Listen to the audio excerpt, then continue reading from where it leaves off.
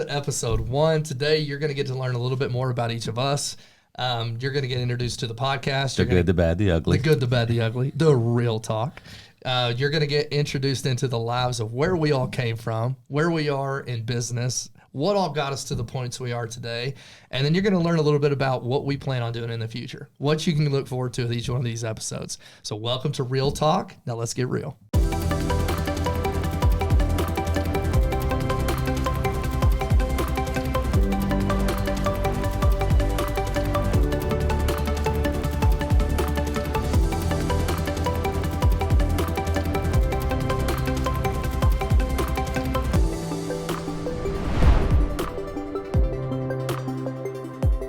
Guys, it's episode 1. Episode 1. Just for real. Yeah, something really we've been doing talking about. We're doing. I don't even know what that means, though. Real talk. What does that mean? I mean, like, when I think of real talk, I think of life, history, culture.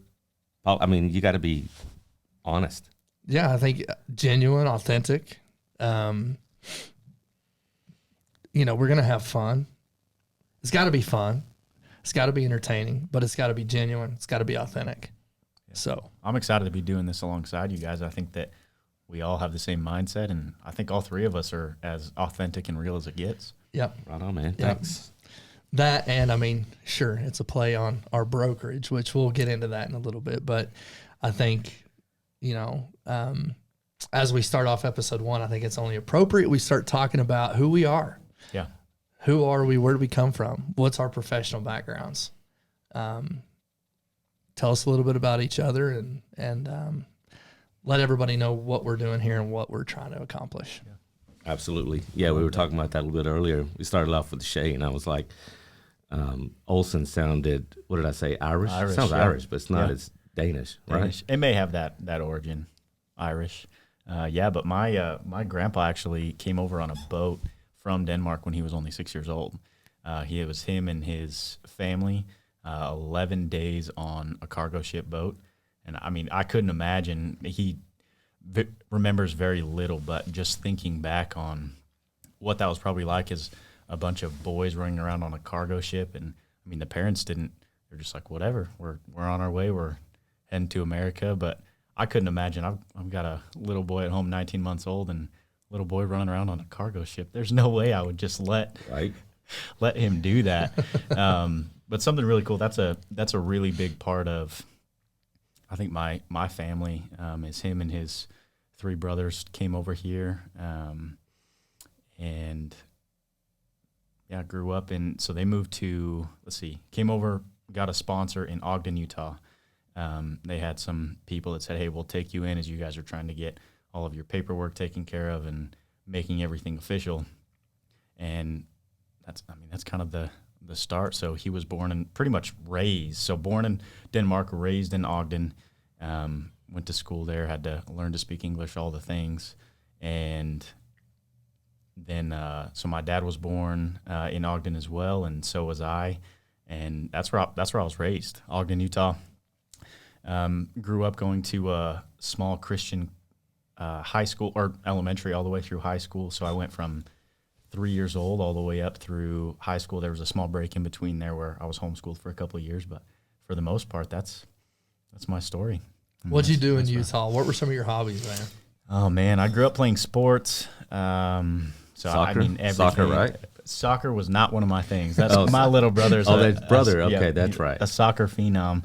But for me, it was baseball, basketball. I played a little bit of soccer growing up, but I wouldn't say that's really what I was passionate about. It didn't really stick with me past being in elementary school. But baseball, basketball, I played a little bit of football, but that wasn't really my thing. I was always real small and skinny. I graduated high school at 140 pounds, so that wasn't really fighting weight. Right. That's right. So grew up playing sports, and church has always been a big part of my family and my faith, and so grew up going to. I mean, we were at church probably 3-4 days and nights out of the week.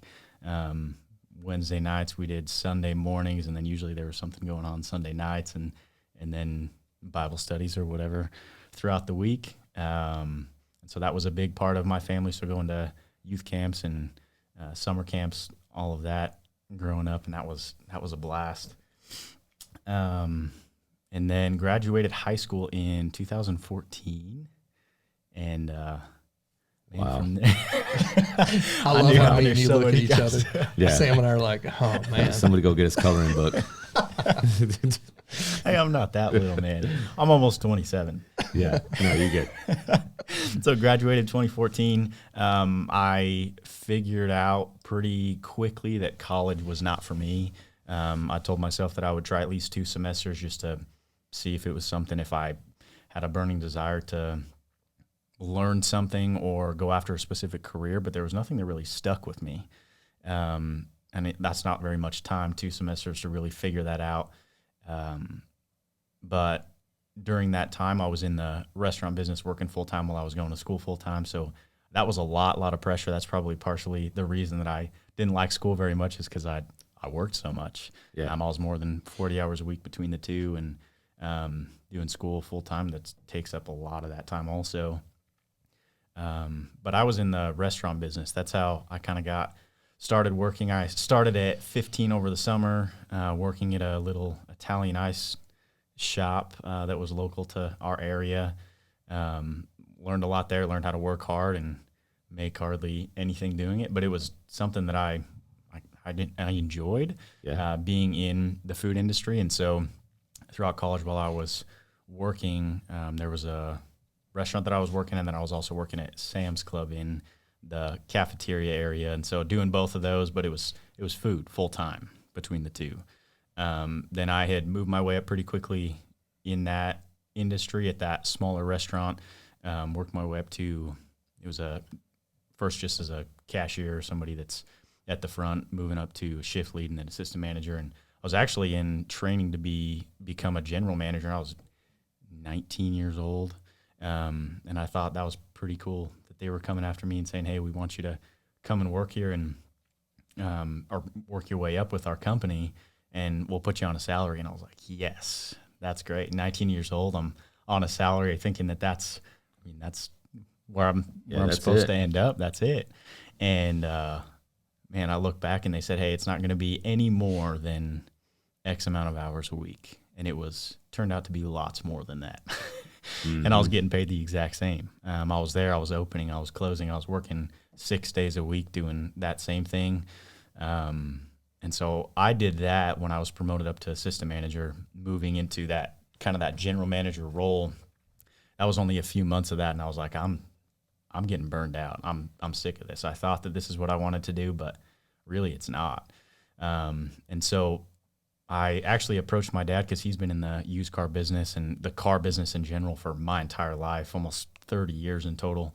And so I just went to him. I said, hey, it's 3 used car dealerships where I'm from in Utah. I said, hey, I'm just looking for something else to do. What do you have? What's a role that I could fill? I'll sell cars. I'll do whatever, and just so I can get out of this. And so I jumped in, and he had a conversation with his business partner, and we talked, and he said, hey, I think if you're up for it, you can be your own broker. So you can kind of be running and operating your own business, but it'll just be kind of under our license. And I really enjoyed that, and then sold a few cars here and there. He said, hey, if you just want to kind of cover the space and sell these cars when nobody's here, I'm happy to do that. So I did that as well. And then my wife and I started dating in, let's see, I'm trying to think. It was late 20. She'll know. She'll know, yeah. 2017, 2016, I think. I don't know. Somewhere around there. I think it was 2016, but then I just decided I was in the car business and decided to move to Roswell, New Mexico, where she was at. All the aliens. Right. Aliens, bud. All the aliens. Well, funny thing, I lived there for, it was almost 3 years, 2.5 years, and I actually never visited that museum. I heard it was nothing special, but Dude, my never first did. time flying as a kid, I was co-pilot in a 4-passenger plane.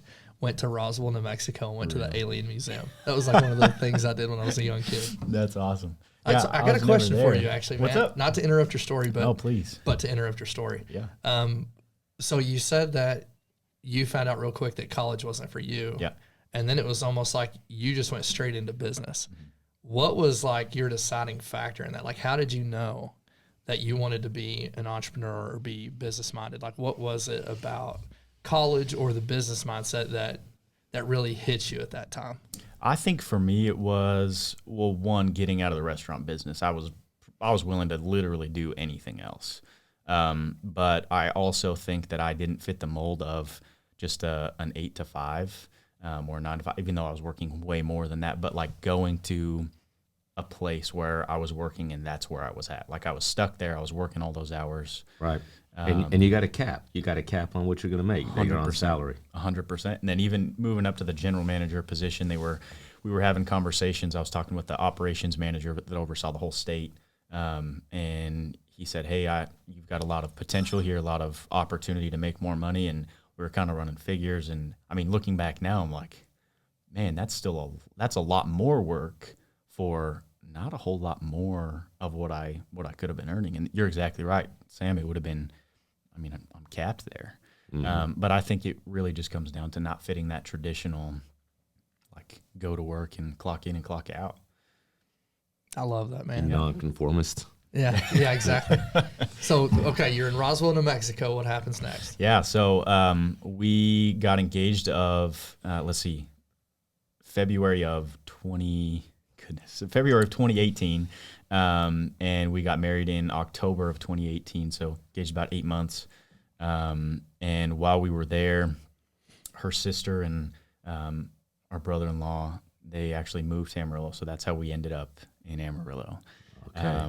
We were married for about 6 months, and then we decided things were okay. The job that I was working, I was in sales there, in HVAC, and man, that was also something I was like, man, HVAC getting up in the attic when in Roswell in the middle of the summertime, it's 110 degrees outside and 140 plus, 150 degrees in an attic, and that's what I was doing. Like I was in slacks and a polo and climbing up there, and the big thing that we really wanted to say just how we looked, how we dressed was presentable. And so, I mean, there were times where I literally I just kept different outfits or like pants and shirts in my car so I could go and like when I went back into the house afterwards that I was cleaned up. Yeah. But I mean, it was as soon as you got up there, you're drenched in sweat. Right. In sweat. It wasn't very much fun. That sounds really comfortable. Really comfortable. Smokes. Well, that was my job. I was helping people get back to being comfortable. So I guess that's it. Fit really well. You gotta do what you gotta do, you know? Yeah. But we got married October of 2018, my wife and I. And then about 6 months after that, we decided that we wanted to pack up, sell our house in Roswell and move to Amarillo, and kind of the rest is history. Beautiful. A lot like Ogden, Utah. That's right. Mountains. Nothing close, but I've still got family there, and my whole family's there up in Ogden area. And then my wife's from Southwest Colorado. So we get lots of opportunities to go up to the mountains and hang out with family. Every opportunity we can get, that's what we're going to do. So that's awesome, man. It. So you moved to Amarillo, and then what did you do when you moved to Amarillo? Man, it was kind of odds and ends jobs I was doing. I was driving Uber. I was Uber Eats. I was DoorDash, trying to just, make things work out while we were trying to figure out what we wanted to do. I actually had purchased my real estate courses, and I knew like eventually, I'll get into it. But then after you got to Amarillo, I purchased it technically before we moved, but it was kind of just it was pretty slow, the process getting started, but then it took a few months and I was like, okay, like this is something that I want to do. So I'm going to have to dive into it. And, man, that's what I did. So, COVID postponed and kind of pushed everything off the beginning of that next year. And, so the testing and everything took me a little bit longer than what I would have liked, but got officially licensed, September of 2020. And then from there, gosh, kind of a crazy story, but started on a team at Keller Williams, some great people, incredible people to learn from, have a really awesome leader and a mentor that is still a great friend of mine. We talk all the time, and just about business and life. And I mean, I stay in touch with him, and he's here local, obviously. But that's where I started, and then I had an opportunity to work for a title company that was new to Amarillo, and that was end of 2021. So like October, November is when I was presented the opportunity. And at first I was like, man, I don't know if this is something that would fit what I want to do. I was just getting started into my second full year, heading into my second full year of real estate, really looking forward to seeing what that was going to be like, setting goals. We had actually just got out of a meeting when I had officially, I got out of my meeting with my team leader. And then I got a phone call a little while later with that official offer from the title company. And I was like, man, for right now, I feel like this is the direction that I'm being pulled in. And this is what I think is going to be best for myself and my family for the time being. Mm-hmm. And it wasn't because I was in a bad place. It was just like, I feel like this opportunity is really incredible. And it all ended up coming back full circle. Officially, I had put in my my notice at the title company second week of March and said, hey, I'm putting in my notice, so 2 weeks from now I'll be done March 31st, and I appreciate everything you guys have done. This has been an incredible learning experience. I always, when I sit down and talk to people about it, there wasn't anything that was bad about my position or what I did or the company or anything like that. It was, man, I take everything that I had learned and I'm just moving forward with it. I just had seen the opportunities that are in front of me and in front of us and everything that we've got going here. And I said, well, I think this is going to be really incredible for everything that we have going forward. So I love it, man. Here you are. Man, here I am. So that was, it's been what, two weeks now. We've been doing a little bit of traveling the last couple of weeks, and so I haven't had much time, but man, it's getting for real.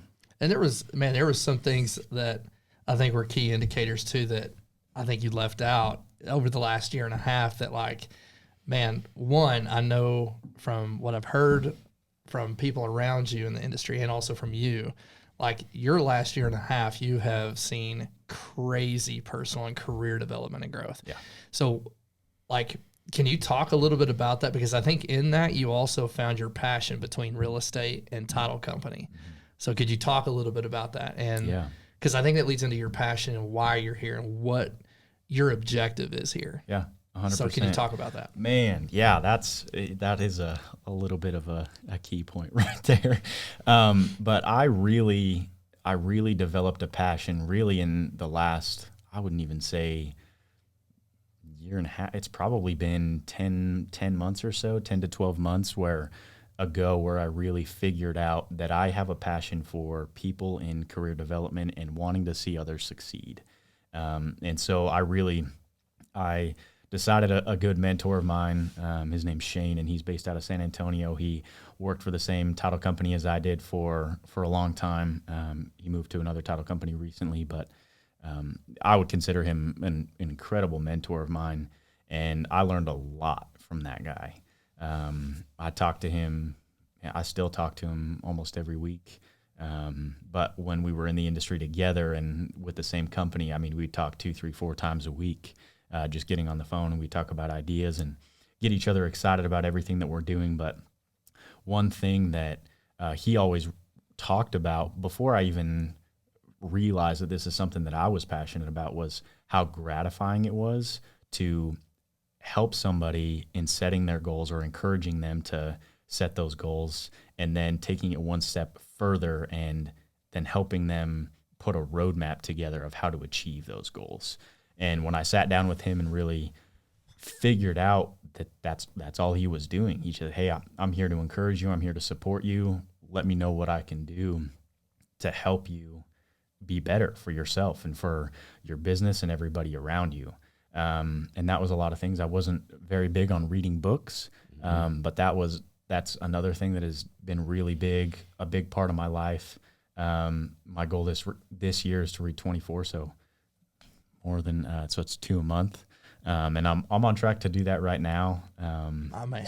Super excited about it. It's been incredible. But I mean, any types of books, but personal development has been really big, and something that he had told me that's what he did. He was like, I'm really big on this. I'm really big on focusing on yourself first, and your mental health, and your physical, and everything else that just ties into your daily life. And if you focus on these things, and these things are really solid and in place, then everything else it'll line out.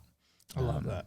But really staying disciplined as well. That's the biggest things you guys know just as well as I do, if not more, just having more life experience under your belt. But if you can, there's a difference. I see a big difference between motivation and discipline, because there's going to be some days where you get up and wake up feeling motivated, but discipline takes effect when there's those days when you don't feel motivated.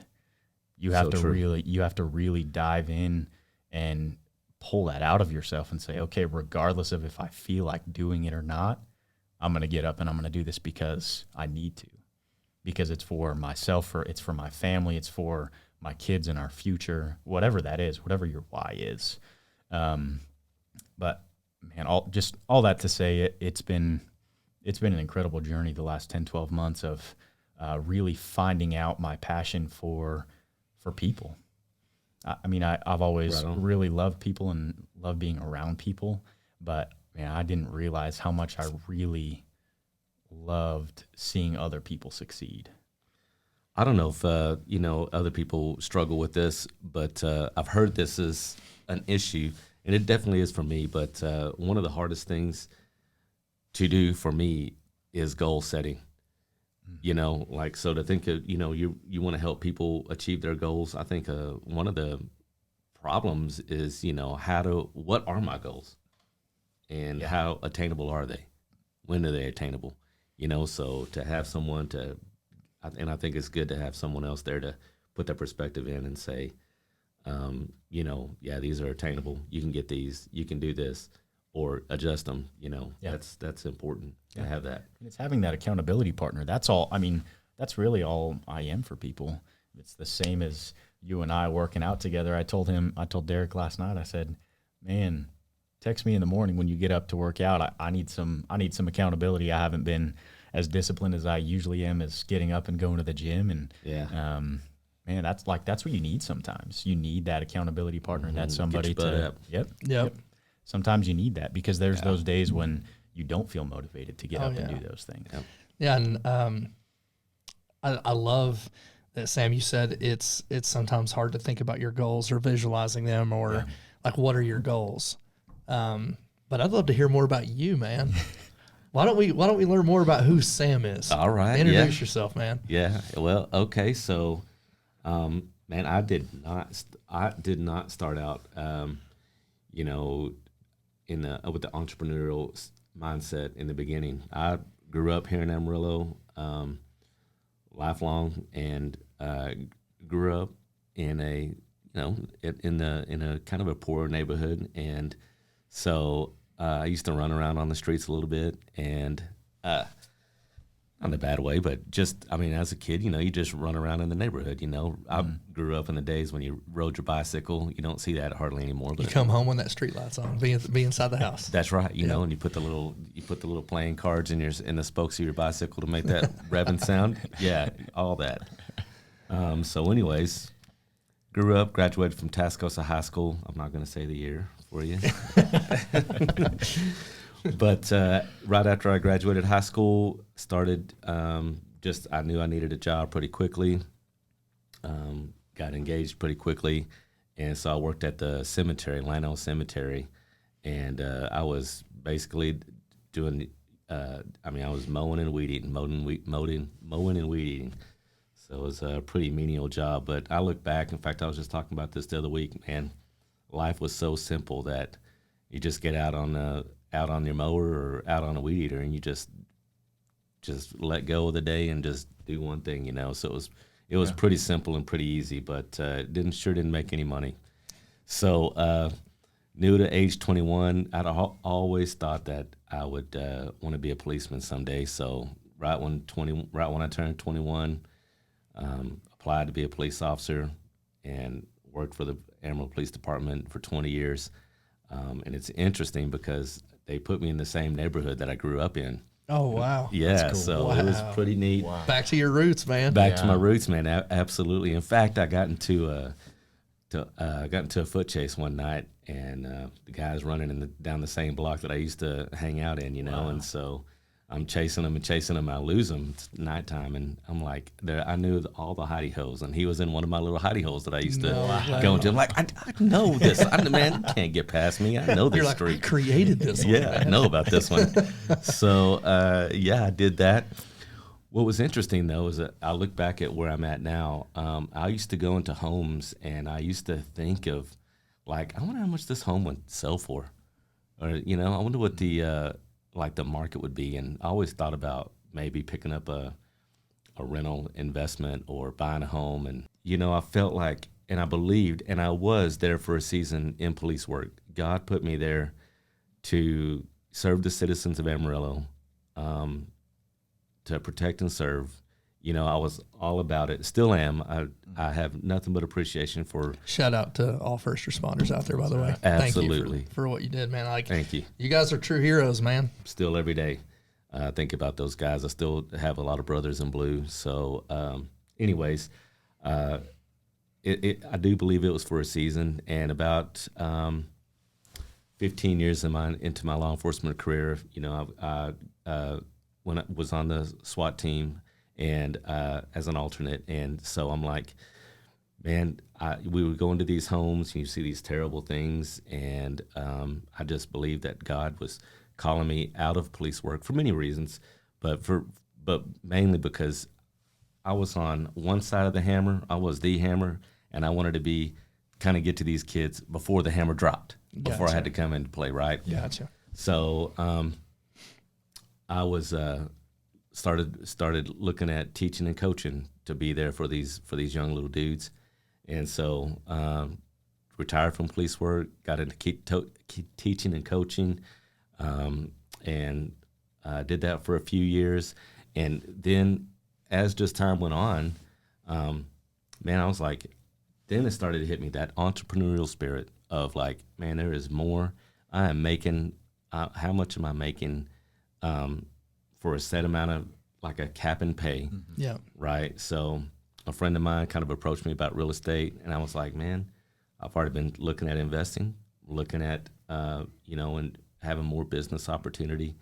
And I started learning more about it, just dove in deep, all the way as far as I can. That's how I am. I'm like, all the way. Yeah. So, if you're going to do something, do it 110. Exactly right. So, so I just started looking at that, and there's, again, God calls you to seasons, right? So that was just the season that he called me into, to be with the kids for coaching and teaching. That was the season, and real estate is the season I'm in now. So I'm a believer in being wherever God calls me to be. Yeah. So the things I love is, what I really like about real estate is that it is truly a way to create a legacy, to create something for your family. For us, what we do is we help families get into a home that it could be their first home that they ever bought. And now they have something that is an ability for them to create wealth, to create something they can pass down to their kids, something that they can, have a name on, that you can't take that piece of dirt from them. Right. As long as they're doing the right things, you can't take that piece of dirt from them. You can't take that house from them, and it's a way for them to build wealth. And that, for me, is the reason why I'm here. Yeah. I love that saying. And I think also, just going back to kind of what that question that Derek had asked me, I think for you, just getting into police work, and that shows alone how much you truly care about other people over yourself. And I think that's we're all in that same space. I think we all believe the same things, where really just caring about people, and then got into teaching and coaching. And again, that's more sacrifice there where you're taking that opportunity to pour into kids. What was that like for you during that season, though? The coaching and teaching? Yes. Oh, man, loved it. Well, I loved it and hated it at the same time, you know.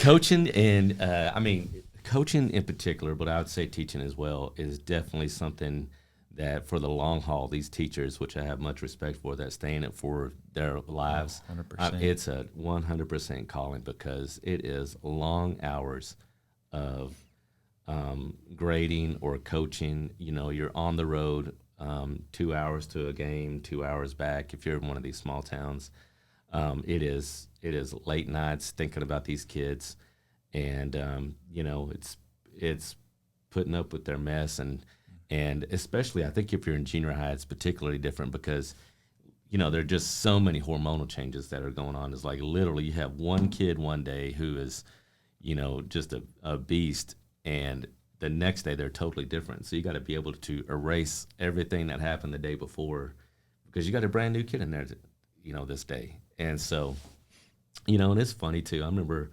coaching in the junior high, you know, coaching football, and these kids don't know anything about football, and they're like, so how many knee pads do you need? I'm like, well, depends on how many knees you got. Let's think about that, you know. Turns out most people have 2 knees. Yeah, as Not it turns all. out. No, you know, so, you know, I remember one time, you know, I'm coaching these little 7th graders, and, you know, I'm trying to give them the, you know, the spill, you know, like, let's go out and we're going to go crush them, you know, we're going to give them no mercy, you know, and like, I'm giving my like Warriors call, you know, I'm like, we're going to crush them. And I look over, and one of these little dudes has got his shirt pulled up, and he's picking his belly button, you know. I'm like, now's not the time. Now's not the time. You know? So That's not the intimidation we're going for, man. that's right. But, you know, you just kind of roll with the flow, and you laugh about that kind of stuff. And, you know, I had some great times. It taught me a lot personally about, you know, about grace and about discipline too, because there's a need for, I think that's something that is missing in the schools. I mean, we can have a long talk about this, but I think that's what's missing in the schools today is like there's a lot of grace that's given, but, you know, not a lot of discipline, you know, and it's not just the schools. It's in the home. It's in the culture. You know, it's real talk here. So It's real talk, man. it's in the homes. It's in the culture. It's missing. You know, I just pray that comes back, and it can. It just takes takes moving a mountain. Yeah. But it can happen. With a little faith, you can do it. That's right. I appreciate that, Sam. Yeah. Man, I guess I'll share a little bit about me. I grew up here in the Texas Panhandle, about 50 miles away from Amarillo, little small town called Stinnett. Stinnett, America. Oh, Stinnett, America, bud.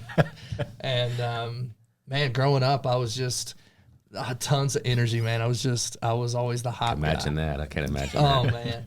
You know, grew up playing sports and ended up going to West Texas A&M University in Canyon after graduating high school. And, man, I've been a worker my whole life. I think my first job actually was, I knew I had an entrepreneur spirit when I started a lemonade stand on Main Street in my hometown. That's right. I was probably, I don't know, 8 years old.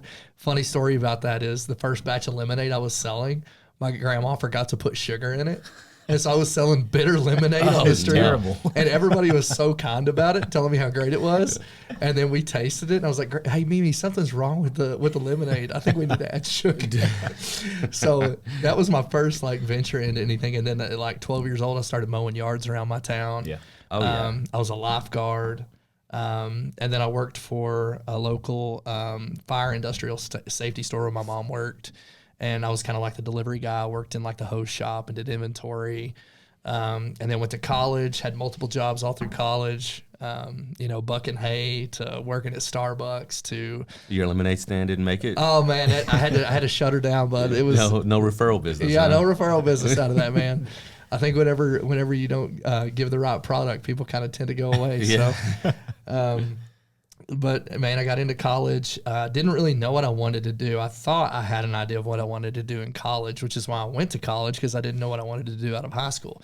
It was always athletics, athletics, athletics. I was just too busy all the way to really think through what I really wanted, and I didn't know. And so I ended up going to college for sports and exercise sciences, and got close to graduating. Still didn't know what I wanted to do. But all along the way, I was doing all of these jobs. So I did landscaping here in Amarillo.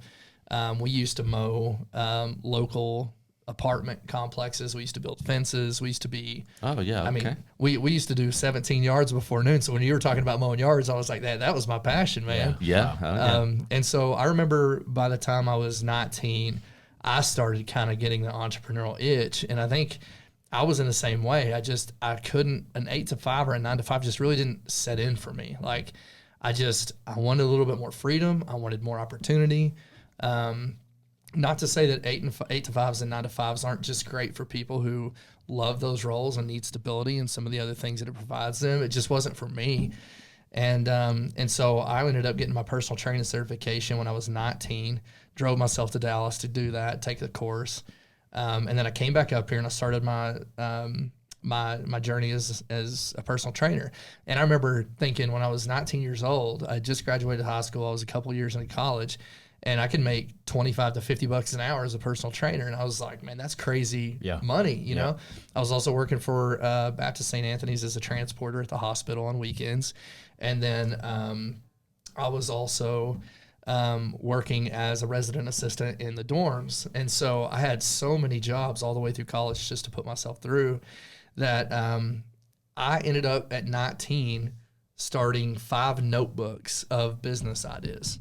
Wow. And it was because I'd always had this way of thinking of business and like, what could I do to start a business? And it started off with landscaping because I was in landscaping for forever. So I thought about a landscaping company. Then it was a coffee shop. And then it was a fitness facility. And all of these ideas just kept spawning. And I was just like, man, like I had the itch from an early age. Mm-hmm.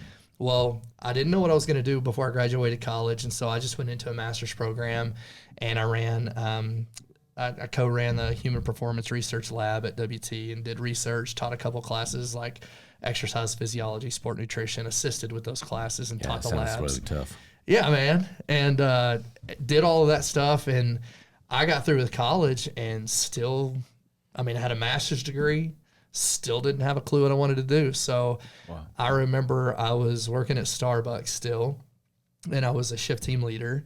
And there were talks about me moving into like an assistant manager role.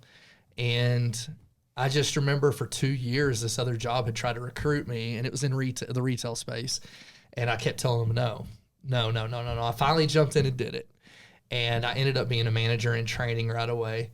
And then I ended up going to San Angelo, Texas, and running this store that other district managers and other regional people had tried to go to the store and turn a profit, and they didn't have any success. And I remember going down there and firing 2 people the first day, hiring 2 people while I was there, and we turned a 25% profit in 3 days. And so when I got done, even the people I fired came up to me the day before I left and thanked me and still wished me well. And so I came back. They tried to offer me another store that I had said in the meantime I never would take this store. And so right away I started seeing what we have all kind of hinted on. I saw this like ceiling above me already. Yeah. And I was like, that was the only time in my life I've actually quit a job without having something to replace it. And it was because I knew in my heart it just wasn't the right place for me. I was like, I don't do well in a space where I can't learn, where I can't grow, where I can't continue to pour into other people the way that I was really called to. And so left that job. And there was other reasons too, like starting to try to grow a family and some other things. It just wasn't conducive for that lifestyle. And so I ended up leaving there. I was in health insurance space for a long time. I worked for Blue Cross Blue Shield. Ended up going to a medical sales company and traveling the country in medical sales, doing trade shows and talking to doctors' offices and all kinds of different specialty groups in the health industry. And then from there, life happened. My mom ended up passing away. And so I ended up moving back to my hometown and then going to the Borger refinery and working for Phillips 66 as a contractor, not for Phillips, but for a contracting company. Completely different space than what I had known. Jumped in, worked there a couple of years, then got hired on with Phillips 66, worked in the refinery space, working crazy shift work, day, nights, all those things. Well, what that spawned into and what that allowed me to do was we had 7 straight days off every month. And so I was actually on my own fitness and health journey as well, and went through kind of like a body transformation and lost a bunch of weight. And everybody at work was asking me what I was doing and if I could help them. And so I don't recommend this, but while we were in Mexico for a wedding, my wife was 8 months pregnant with our daughter. And I started a business while she was 8 months pregnant. I'm like, hey, honey, we're going to go back. I'm going to start this business. I have all these people who are wanting me to help them lose weight. Surprise. Surprise, surprise. So not a good idea in retrospect. But what it did was teach me the ropes of starting a business from scratch, really going for it. And I ended up coaching clients all over the world, which was really my first venture out into running and owning my own business, operating my own business, and doing the marketing behind it and everything. So that was my first foot in the door where I just leaned into it and went for it. And then I remember being at work and my soul got stirred. And I remember calling Tamara thinking, hey, we're not going to be here much longer. And she was like, what's going to happen to us? And I was like, no, I really feel like we're not going to be in Borger, Texas much longer. So we went on a vacation to Oregon because we felt like there may be an opportunity for us there, that God might be calling us to Oregon. So we went, and I was completely opposed to it. 3 days in, we're on campus at Oregon State University. God lays it on my heart. I looked straight at my wife and I said, I think this is our next home. So we finished out our trip, went all over the state, came back home, job search. 2 months later, we were there. Wow. So our family thought we were crazy, but we completely went based on faith that this is exactly where we were called. Yeah. And it completely changed our lives, like broke us down to our foundations. Yeah. Like just the story of how we ended up there was just an incredible testimony to like our faith and what God had done in our lives at that point. And so we get broken down, completely transformed. I went up there for what ended up being a general manager position for a fitness facility that was tied to a hospital group. And so they moved us up there. Well, I was feeling like we were getting called into something else. I kept telling Tamara, I was like, honey, like, I don't feel like this is ultimately where I'm going to be. There was this girl that had come in there and was in real estate. And we had looked at purchasing something while we were up there, and she was helping us. And day one, she was like, have you two ever thought about real estate? You guys would be amazing at it. And so I hunted her down. It took 2 years. I hunted her down in my facility, and I said, hey, I want to learn more. I'm dead serious about this. I think this is what we might be called to. So we go to career night one night, and immediately Tamara and I were just like, we should have been doing this 10 years ago. This is exactly what we were supposed to be doing. Yeah. So I jumped straight in, left my job, gave a 30-day notice, and just dove headfirst into real estate, not knowing a soul in Oregon. And so we were in a market. We didn't have a sphere. We didn't know a lot of people. And I dove in, and I just remember it was a grind for 6 months. I worked my tail end off trying to make this work, because also at the same time, we ended up having a son during that time. So it was a complete step out in faith. So for all of you that are looking at making a change, what I can tell you is sometimes it takes faith. It takes jumping off the ledge and going for it and trusting that God's going to provide that step along the way. It's not about you seeing the step, because that doesn't require faith. But if you take that leap of faith, that's where you feel like you're called and you're passionate about it, and that's where your heart lies, and that's where you feel like you're being convicted to go in faith and do it. Do not hesitate. That's where I was going to go with this too. Is like every one of us, we all have. We've talked about, and had many conversations. We've all had, like, okay, for those that are thinking about this right now, man, it is scary. There's no doubt. Because if you're used to a 9-to-5 paycheck, if you're used to having a salaried position, I mean, you're used to having this steady income, and success isn't. You don't have to worry about success, because you're just in a place where you're going to get a steady paycheck. But I've heard your story where you couldn't even go buy a burrito. Like you were, broke. Yeah. Yep. And so we've all been there, but it takes that perseverance and knowing that that you can create your own success, and and just follow God's calling. It's what I say. And, you know, he's going to put you in the right people in your place. Yeah. But it is a step of faith. Yeah. And I love that you said that too, because what you talked about earlier was accountability, you know, alongside what you're passionate about. And I mean, I remember I was 6 months in without a paycheck with a 3-month-old. I knew we were getting tight with money. And I met with my coach that night at the refiner, or at my old brokerage, because I thought, man, something needs to give. I'm either going to quit, or I'm going to have to get a job, or I'm going to have to join a team. Something needs to give. And she pointed me back to my original motivation, and she said, well, you told me you had a specific purpose in this. Has that changed? No. Are you getting fearful because you don't have money? Yeah, I got a 3-month-old, you know? Yeah. And she said, well, if you had to tell your best friend back home that you were going to quit or get a job, how would that make you feel? And I said, like I failed. Like I didn't set out to do what I was called to do. And she said, do you think you can go back home and tell your wife that you're going to see this through? I said, yeah. So I went home and I told Tamara. She said, what'd you decide? And I said, man, honey, we were called to this. I said, we can't give up. We got to see this through. She said, well, I trust God. I trust you. The next week we had our first client. And my wife, being as wise as she is, don't tell her I said that, but as wise as she is, she told me after the fact that we had $3 to our name by the time that that first commission check hit. But what was incredible about that is the year prior, I was working 2 jobs, 90 to 100 hours a week. And I mean, I'm just being 100% transparent. Real talk here, right? Like, That's right. I grossed $43,000 with 2 kids at home.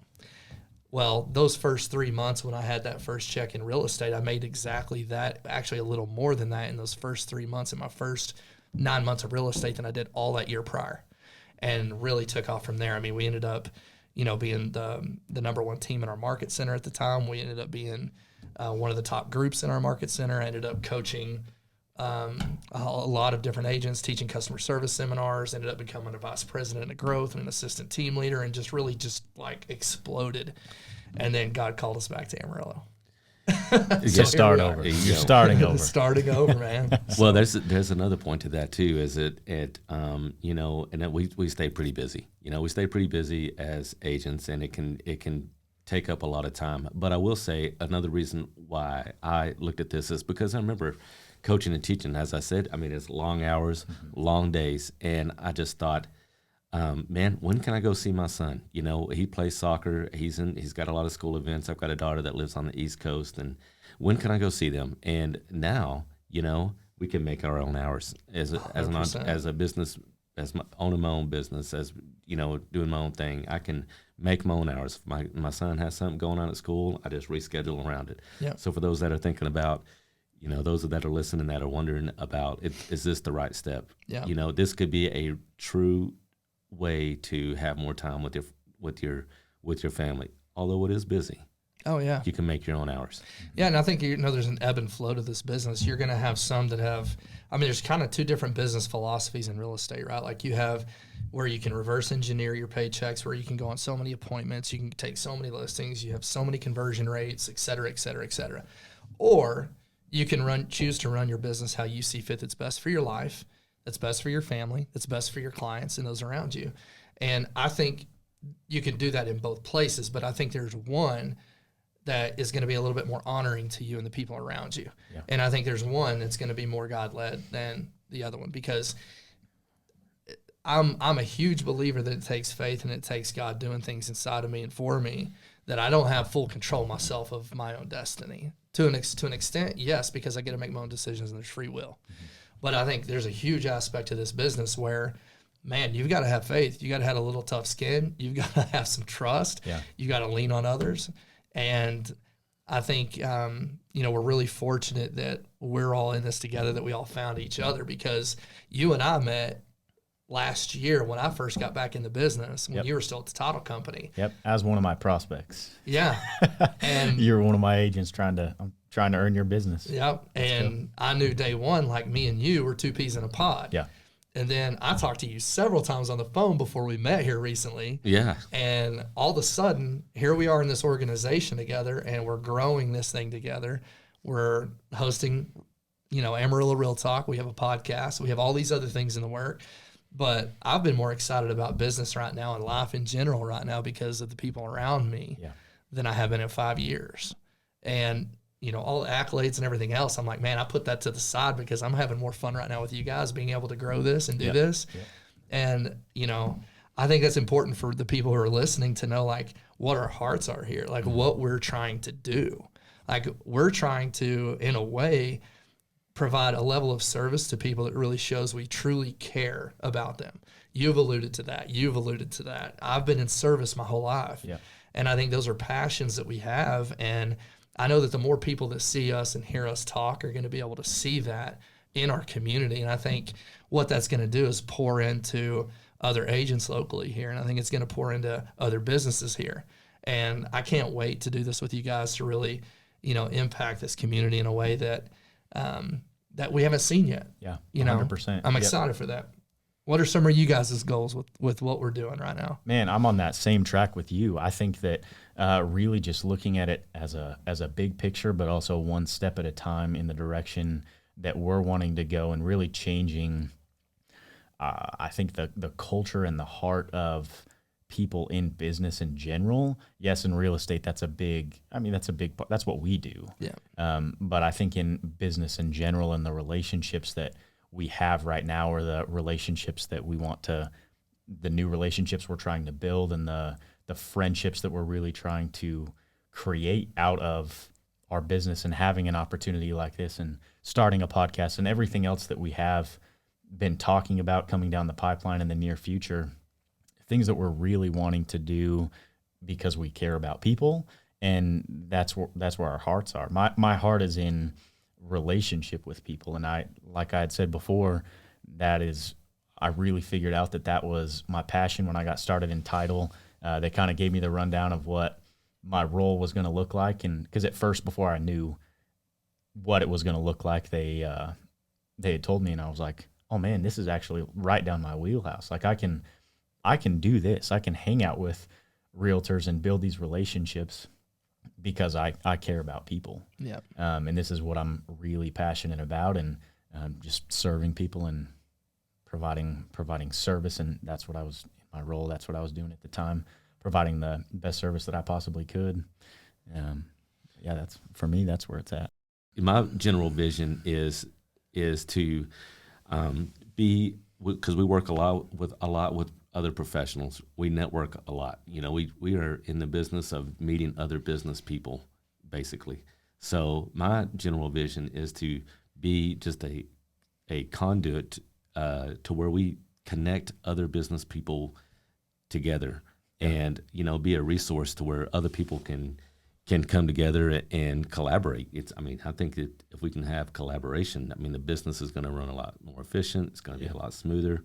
And when I was looking at getting into real estate, there was nobody local that I could really just have a real estate perspective or business perspective. And if we can be that perspective locally to where people that are looking to get into the business can look to, and I'm all about that. Yeah, or people looking for things to help them in their home, or needing to get to know vendors, or people that are, HVAC, plumbing, all of those things. When you have those connections and the relationships with those types of people as well, that's going to be super beneficial for our business and what we do. But then it just goes back to what you said in connecting people. Yeah.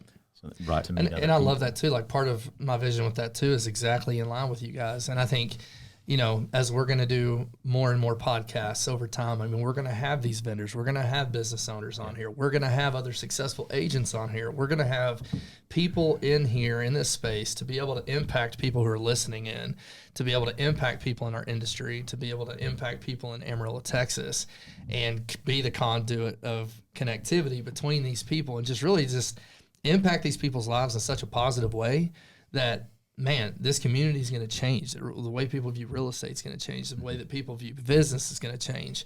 And I think with us being real and us having genuine hearts and being authentic, I think people are going to see that over time. And I think that's going to lead to some pretty cool things here locally. And I love that you said, those local resources. That's what we're going to be. We're going to be the local resources people are going to listen into. You're going to get help in real estate. You're going to get help in business. You're going to get help in life. You're going to get help in connecting people to do certain jobs for you need. Like, my hope is as you listen to this podcast, that there's something you get to learn along the way. There's something you get to take away along the way. And maybe your life is impacted a little bit more better today than it was yesterday just by listening. That's my hope. Cool. Yeah. Well, hey, this has been an incredible opportunity. I love sitting down with you guys. We've sat down several times in the past over the last few weeks. It's great getting to jump on here and get this podcast going with episode 1. And I'm looking forward to everything that's going to be coming from all of this. So my name is Shaye Olson. Yeah, I'm Sam Martinez. I'm Derek Manasco. Thanks for keeping it real with us. Later. See ya.